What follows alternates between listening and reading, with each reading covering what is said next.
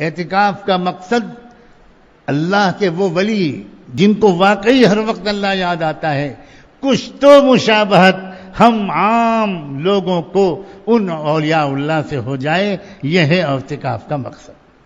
ہر وقت کچھ مقصد ہی نہیں، کوئی مطلب ہی نہیں، پڑھ گئے سب چھوڑ چھاڑ۔ اعتکاف کا مقصد بیان سننا نہیں ہے، بہت صاف عرض ہے، اعتکاف کا مقصد بیان سننا نہیں ہے، بلکہ سچی بتاؤں ہمارے اکابر نے یہ جو اجتماعی اعتکاف کی اجازت دی، یہ مجبوراً دی، یہ بالکل اعتکاف کا پسندیدہ طریقہ نہیں۔ اعتکاف کا پسندیدہ طریقہ یہ ہے کہ شہر کی کسی ویران مسجد میں جا کر پڑ جائے، محلے کی کسی اکیلی مسجد میں جا کر اکیلا پڑ جائے، بندہ ہو اور اللہ ہو، بندہ ہو اور اللہ ہو، کچھ نہ ہو اس کے۔ لیکن چونکہ ہمارے اندر اتنا بگاڑ آ گیا ہے کہ انفرادی طور پر ہم ذکر کر ہی نہیں پاتے، ہم یاد کر ہی نہیں پاتے، ہم نے سلیقہ ہی نہیں سیکھا، مشق ہی نہیں کی، ہماری سمجھ ہی نہیں آتا، ہم تھوڑی دیر یاد کرنے لگتے ہیں، اکیلے ذکر کرنے لگتے ہیں تو نیند آنے لگتی۔ اس لیے اللہ ہمارے بزرگوں نے کچھ اس کی اجازت دی کہ بھئی دو چار لوگ اگر اکٹھا ہو جائیں، بیٹھ جائیں اور تھوڑا سا مذاکرہ بھی کر لو 24 گھنٹے میں تھوڑا سا، تاکہ اعتکاف کی جو اصل مقصد ہے وہ یاد آ جائے، اور پھر لگ جائیں ہم اپنے انفرادی اعمال میں، پھر لگ جائیں اپنی تلاوت میں، پھر لگ جائیں اپنے ذکر میں، پھر لگ جائیں مراقبوں میں، پھر لگ جائیں دعاؤں میں، پھر لگ جائیں نفلوں میں، پھر لگ جائیں نعت پڑھنے میں، حمد گنگنانے میں، پھر لگ جائیں مناجات پڑھنے میں، اپنے اپنے ذوق کے مطابق، صرف اس لیے اجتماعی ایک آدھ مجلس رکھی جاتی ہے۔ ورنہ اصل مقصد اعتکاف کا یہ ہے کہ ہم امت کے عوام کچھ دن کے لیے تو کم سے کم نقل ہی کر لیں ان مجنونوں کی جن کو ہر وقت اللہ یاد رہتا ہے، ان عاشقوں کی جن کو ہر وقت اللہ یاد رہتا ہے۔ اور بلا شبہ حضرت محمد صلی اللہ علیہ وسلم کی امت میں ہمیشہ ایسے عاشق رہے ہیں کہ جن کی دل کی ایک ایک دھڑکن میں اللہ اللہ کے سوا کچھ نہیں سنائی پڑتا۔ ہمارے والد ماجد رحمۃ اللہ علیہ کا جب انتقال ہونے لگا، آخری وقت تھا، ہم لوگ سب گھر کے لوگ چاروں طرف کھڑے ہوئے تھے، اتنے میں خبر آئی کہ حضرت مولانا رابع صاحب دامت برکاتہم تشریف لائے، تو مستورات سب پردے میں تو تھی ہی، راستہ دے دیا گیا، خالی کر دیا گیا۔ حضرت مولانا رابع صاحب، ان کے بھائی مولانا واضح صاحب اور ایک دو لوگ اور جو ان کے ساتھ آئے تھے، وہ حضرت والد صاحب کے پاس آ کر کھڑے ہو گئے، جبکہ آخری سانسیں چل رہی تھیں۔ اب ہم جاہل نادانوں نے اس بات کو نہیں پڑھا تھا، نہیں سمجھے تھے کہ جب اس وقت حضرت مولانا رابع صاحب وہاں کھڑے ہوئے تو مولانا رابع صاحب کی آنکھ سے چپ چاپ آنسو ٹپکے، انہوں نے اپنے رومال سے آنسوؤں کو پوچھا، دیر تک حضرت والد صاحب کی زبان کو دیکھتے رہے۔ ہم لوگ تو صرف یہ محسوس کر رہے تھے کہ زبان اوپر نیچے جا رہی ہے۔ حضرت والد صاحب کہ اس حال کو دیکھ کر مولانا رابع صاحب باہر آئے، مجھے گلے سے لگایا، کہا مولانا حضرت مولانا منظور صاحب کے پورے بدن سے اسم ذات کا ذکر جاری ہے، اللہ اللہ اللہ اللہ اللہ، آخری وقت میں۔ اور اب میں آپ سے اور کیا عرض کروں، اللہ اکبر، 24 گھنٹے ان کے انتقال کے بعد، رات میں انتقال ہوا، صبح ہم لوگوں نے غسل دیا ان کو، میں غسل میں شریک تھا، میں مسجد میں بیٹھ کر رمضان کی اس طاق رات میں آج آپ سے کہتا ہوں کہ اس وقت بھی ان کا قلب اللہ اللہ کر رہا تھا۔ یہ وہ لوگ ہیں کہ جو لکھ رہے ہوں، پڑھ رہے ہوں، کھا رہے ہوں، پی رہے ہوں، بول رہے ہوں، ہنس رہے ہوں، چل رہے ہوں، نکاح کی محفل میں شریک ہوں یا جنازے میں شریک ہوں، ان کا دل اللہ اللہ اللہ اللہ کرتا رہتا ہے۔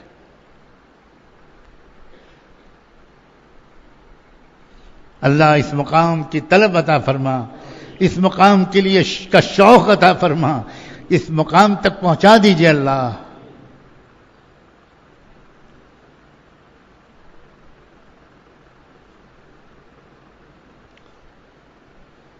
ہمارے اس سلسلے عالیہ نقشبندیہ میں جو وقوف قلبی کی مشق کرائی جاتی ہے، اگر وقوف قلبی کی مشق کوئی انسان کر لے، اس کو چند مہینے، سال، 1.5 سال لگتے ہیں، اس سے کم انسان کو وہ مشق ہو جاتی ہے کہ ذرا سا انسان ارادہ کرتا ہے اور تمام مشغولیتوں کے ساتھ ہمارا گنہگار دل بھی اللہ اللہ کرنے لگتا ہے۔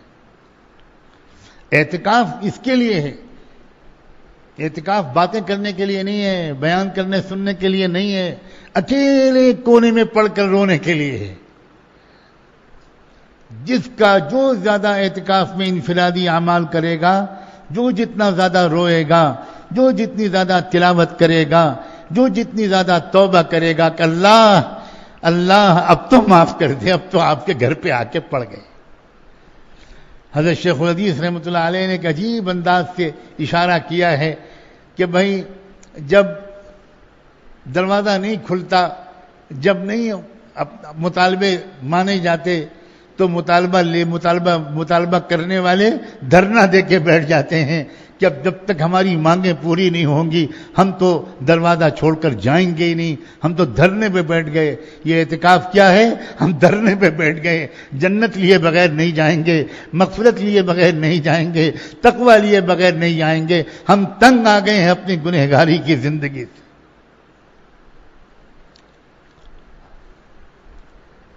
ہر ایک سے گھبرا کر آئے ہیں، ہر شغل سے گھبرا کر آئے ہیں، بھاگ کر آئے ہیں، آمد بدرت بن کر آپ کے در پر بھکاری بن کے آ گئے۔ اب اس سے بڑا تو کوئی اور در ہے نہیں، اب یہاں سے بھی خالی ہاتھ نہیں جائیں گے، نہیں جائیں گے، اللہ نہیں جائیں گے۔ اپنی تمناؤں کو رکھنے کے لیے آئے ہیں آپ۔ بہت تمنائیں ہیں، بہت شوق ہیں، بہت ارمان ہیں، بہت خواہشات ہیں، بہت ضروریات ہیں، اور دونوں طرح کی ہیں۔ ہماری دنیاوی ضروریات بھی ہیں، ہماری دنیاوی خواہشات بھی ہیں۔ کسی کے کاروبار میں رکاوٹ ہے، اچھی روزی چاہیے، کسی کو رشتہ چاہیے، کسی کو اور کچھ چاہیے، کسی کو صحت چاہیے، کسی کو کچھ چاہیے۔ ہماری یہ ضروریات بھی ہیں، اور ہمیں تقویٰ بھی چاہیے، ہمیں اللہ کی محبت اور مغفرت بھی چاہیے، اس کی رضا بھی چاہیے۔ یہ اعتکاف زندگی کا ایسا موقع ہے کہ اپنے سارے ارمان اللہ کے سامنے نکال کے رکھ دو۔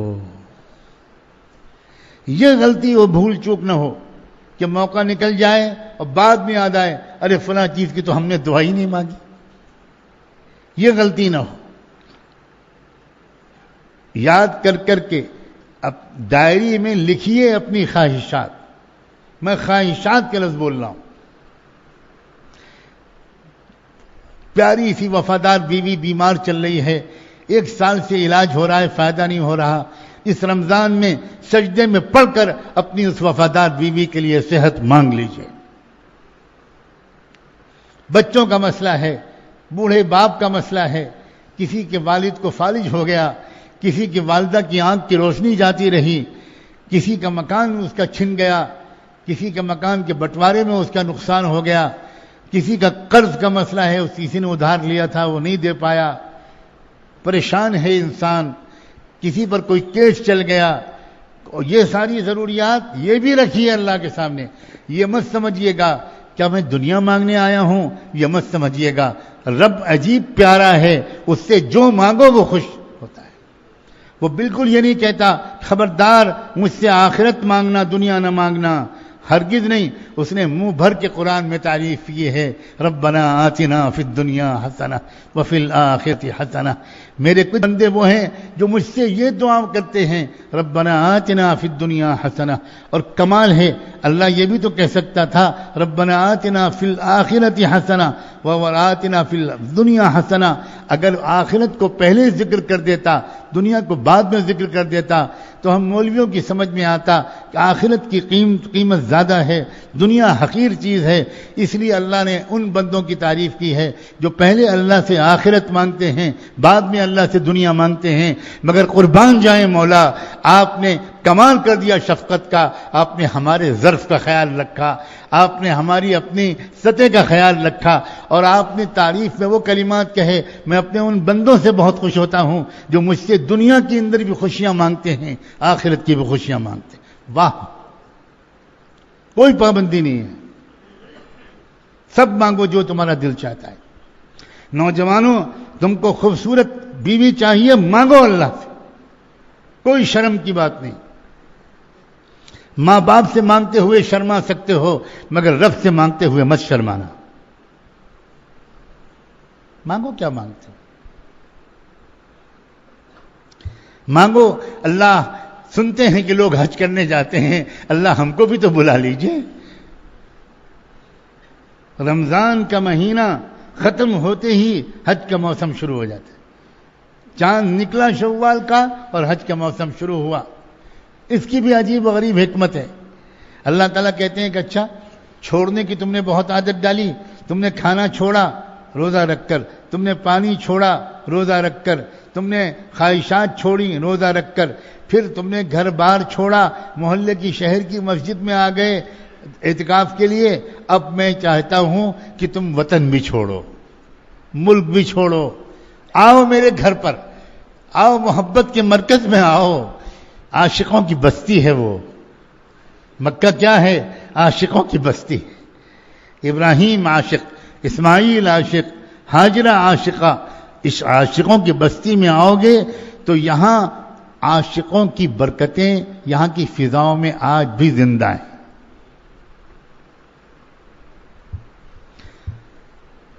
تو جس کا اعتکاف اچھا ہوگا، انشاءاللہ کیا عجب ہے کہ اللہ اس در کی حاضری اس کے لیے مقدر کر دے۔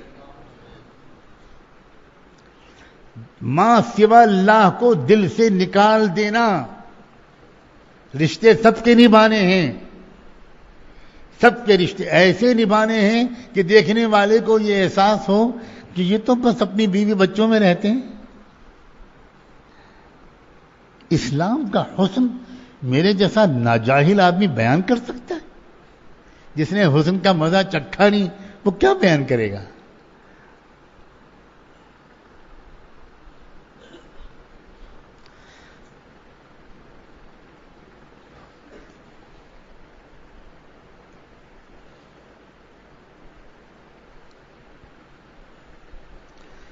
رحمت دو عالم صلی اللہ علیہ وآلہ وسلم کا حجرہ ہے۔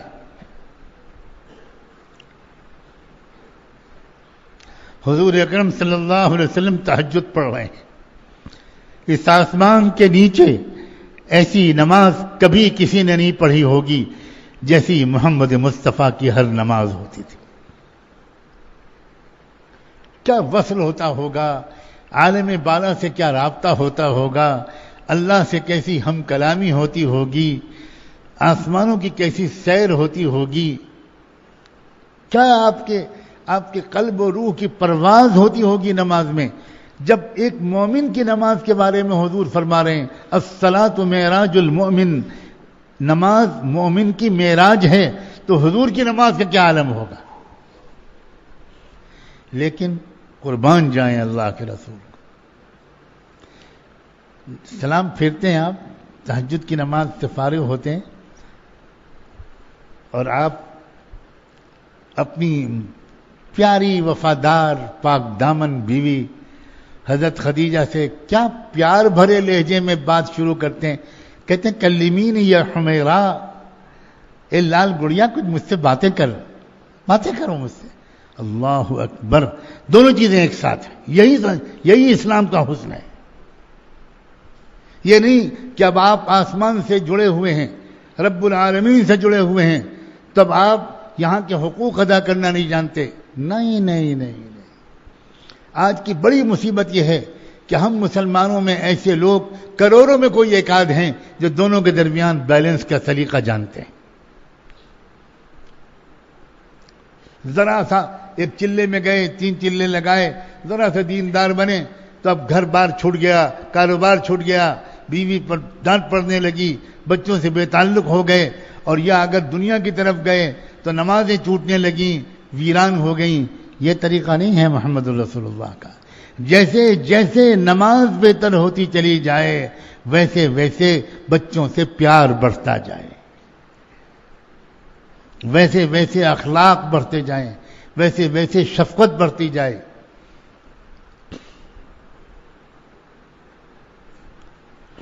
جو لوگ بالکل اجنبی پہلی مرتبہ کسی اللہ والے کے پاس جاتے ہیں،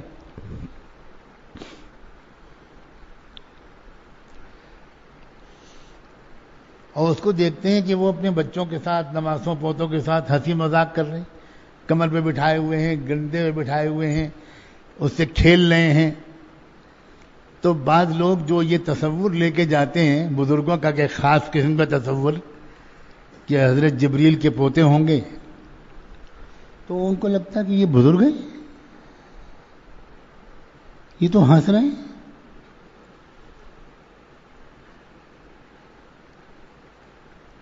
یہ تو بچوں کے ساتھ ہنس رہے ہیں، یہ تو کھیل رہے ہیں بچوں کے ساتھ، یہ بزرگ نہیں ہے بھائی، کہیں اور چلو. ما لهذا الرسول يأكل الطعام ويمشي في الأسواق. یہی چیز بن گئی حجاب رسول اللہ صلی اللہ علیہ وسلم کو پہچاننے میں بہت سے لوگوں کے لیے. وہ کہتے تھے یہ کیا بات، یہ بھی کوئی رسول ہے، یہ کھانا کھا رہے ہیں، یہ تو بازار میں چل رہے ہیں، یہ رسول ہے. ہمیں بزرگ تو وہ چاہیے کہ بیچارہ نہ آنکھ سے دیکھتا ہو، نہ کان سے سنتا ہو، لولا لنگڑا، معذور، اپاہج، زمین پر بوجھ. یہ تصور ہے لوگوں کا. اسی لیے جو لوگ پہلے کہیں جا کر غلطی سے ایسے وقت میں ان کی نظر پڑ جاتی ہے تو وہ حیران ہو جاتے ہیں.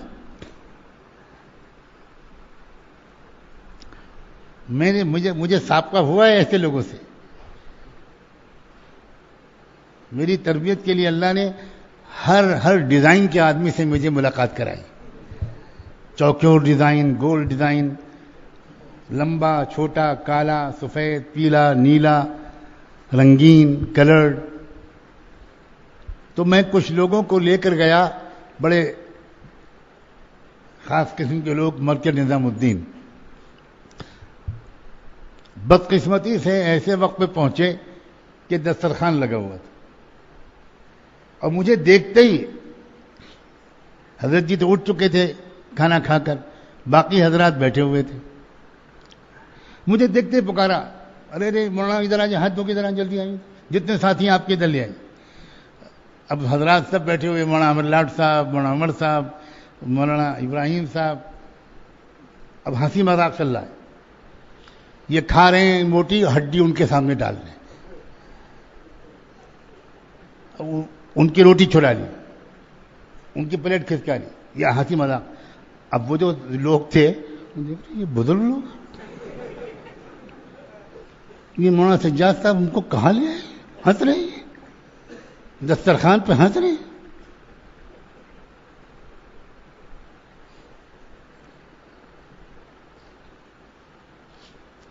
کیوں یہ تصور بیٹھا ہوا ہے نا، اس لیے کہ اسلام کو نہیں سمجھے.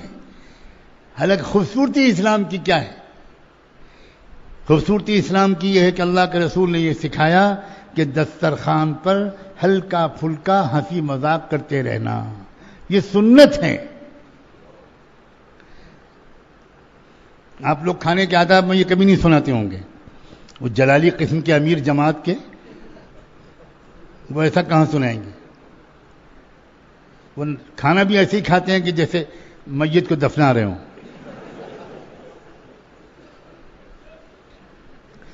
حضور نے فرمایا تحدثوا على موائدكم ولو بثمان اسلحتكم یا ولو بثمان الاسلحہ. دسترخوان پر خاموشی کے ساتھ قیامت کھایا کرو، ہلکی پھلکی باتیں کرتے رہا کرو. کیا ہے اسلام بھائی؟ اگر صحیح اسلام کسی کی سمجھ میں آ جائے تو جان دے دینے کا دل چاہتا ہے.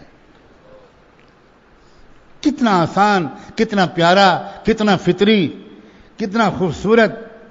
ہر ذوق کی تسکین ہے اسلام میں، ہر مزاج کی تشفی ہے اسلام میں۔ اس لیے بھائی یہ اعتکاف کے وقت کو اس طرح استعمال کرے کہ اللہ کے سوا ہر چیز کی وہ والی محبت جو اللہ کا حق ہے وہ میرے دل سے عافیت کے ساتھ نکل جائے، اور ایک عشق والی کیفیت، ایک محبت والی کیفیت، ایک یاد والی کیفیت میرے دل پر آ جائے۔ یہ وقت ہے، اور یہ وقت ہے دعاؤں کا وقت۔ اپنے ارمان اللہ کے سامنے رکھ دو۔ میں تو کہتا ہوں اپنی اپنی ڈائریوں میں اپنی تمام ضروریات و خواہشات لکھ لو، کیونکہ کبھی کبھی دعا کے وقت میں سب چیزیں یاد نہیں آتی۔ جو چاہیے لکھ دو، کوئی تکلف نہیں اللہ سے۔ ایک صاحب دعا مانگ رہے تھے بیت اللہ کے سامنے بیٹھے ہوئے، اے اللہ 28 کروڑ روپیہ دے دیجیے، اے اللہ 28 کروڑ، بیت اللہ کا واسطہ، مقام ابراہیم کا واسطہ، اس مقدس مسجد کا واسطہ، خانہ کعبہ کی تاریخ کا واسطہ 28 کروڑ روپے دے دیجیے۔ اب میرے جیسا کوئی مولوی پاس میں بیٹھا ہوا تھا، اس سے برداشت نہیں ہوا۔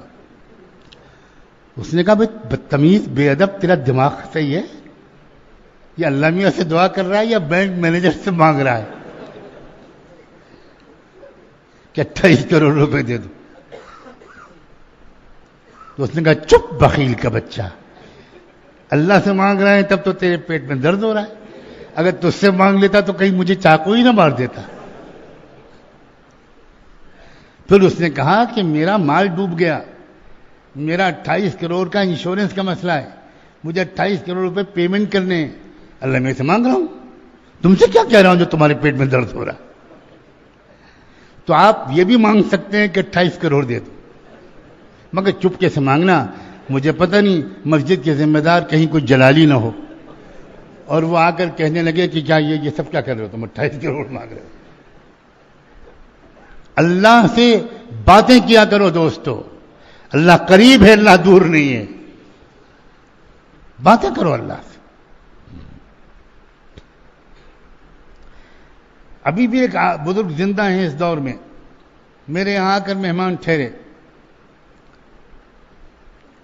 رات میں آوازیں آنی شروع ہوئی باتیں کرنے کی۔ میں سوچنے لگا کہ میں تو ابھی ان کو اکیلا سلا کر آیا ہوں، یہ کس سے باتیں کر رہے ہیں؟ تو میں چپکے سے دروازہ کھول کے جھانکنے لگا، کیا نرالا پیارا انداز تھا ان کا۔ اب وہ اکیلے میں لیٹ سونے سے اللہ اللہ آپ کتنے اچھے ہیں، اللہ میاں آپ کتنے اچھے ہیں، اللہ آپ کتنے اچھے، آپ نے مجھے آنکھیں دی، آپ نے مجھے کان دیے، آپ نے مجھے زبان دی، آپ نے مجھے اچھا جسم دیا، اللہ یہ آپ نے مجھے رضائی دی، اللہ مجھے آپ نے یہ چادر دی، اللہ مجھے آپ نے یہ کرتا دیا، اللہ مجھے آپ نے کیا دیا، اللہ بہت پیارے ہیں، یہ سب آپ نے دیا، اللہ اب آپ بھی مجھ کو مل جائیے نا، مل جائیے نا۔ اب میں دروازے پہ کھڑا ہوا اس ولی کی ولایت پر رش کر رہا ہوں۔ واہ، یہ ہے دوستی اللہ سے، اللہ پسند کرتے ہیں۔ آپ یہ بتاؤ، ماں تکلف پسند کرتی ہے بچے سے، امی آپ کو تکلیف تو نہیں ہوگی، امی آپ برا تو نہیں مانیں گی، آپ کو زحمت تو نہیں ہوگی، اگر میں آپ سے اسکول کی فیس مانگوں، اگر آپ سے آئس کریم مانگوں تو امی کوئی قانون شکنی تو نہیں ہوگی، تو امی فوراً ابو کو جگائیں گے کہ ذرا ڈاکٹر کے پاس لے جاؤ۔ امی پسند کیا کرتی ہیں؟ امی امی امی امی میں تو لے کے رہوں گا، امی اس کو پسند کرتی ہیں۔ قسم خدا کی اللہ بھی اسی کو پسند کرتا ہے۔ مانگو اللہ سے، اللہ تعالیٰ اس تعلق کو پسند کرتا ہے۔ اور ایک بات سمجھ لو، یہ وسوسہ بھی دل سے نکال دو کہ ہم گنہگار ہیں، ہم ایسے کیسے اللہ سے بات کر سکتے۔ اللہ تعالیٰ نے کوئی شرط نہیں لگائی ہے، کہا اذا سألک عبادی عنی فانی قریب، جب میرے بندے تم سے میرے بارے میں پوچھیں کہ میں کہاں ملوں گا تو میرے بندوں کو بتانا بہت قریب ہے اللہ تم سے، میرا یہ پتہ بتا دینا بس۔ اللہ نے نہیں کہا کہ جب میرے نیک بندے مجھ تم سے میرے بارے میں پوچھیں تب کہہ دینا کہ میں بہت قریب ہوں، قربان جائیں۔ اس نے تو عام کر دی بات، میرے بندے جب پوچھیں تو اللہ بندے تو ہم بھی آپ ہی کے ہیں، چاہے جتنے برے ہوں۔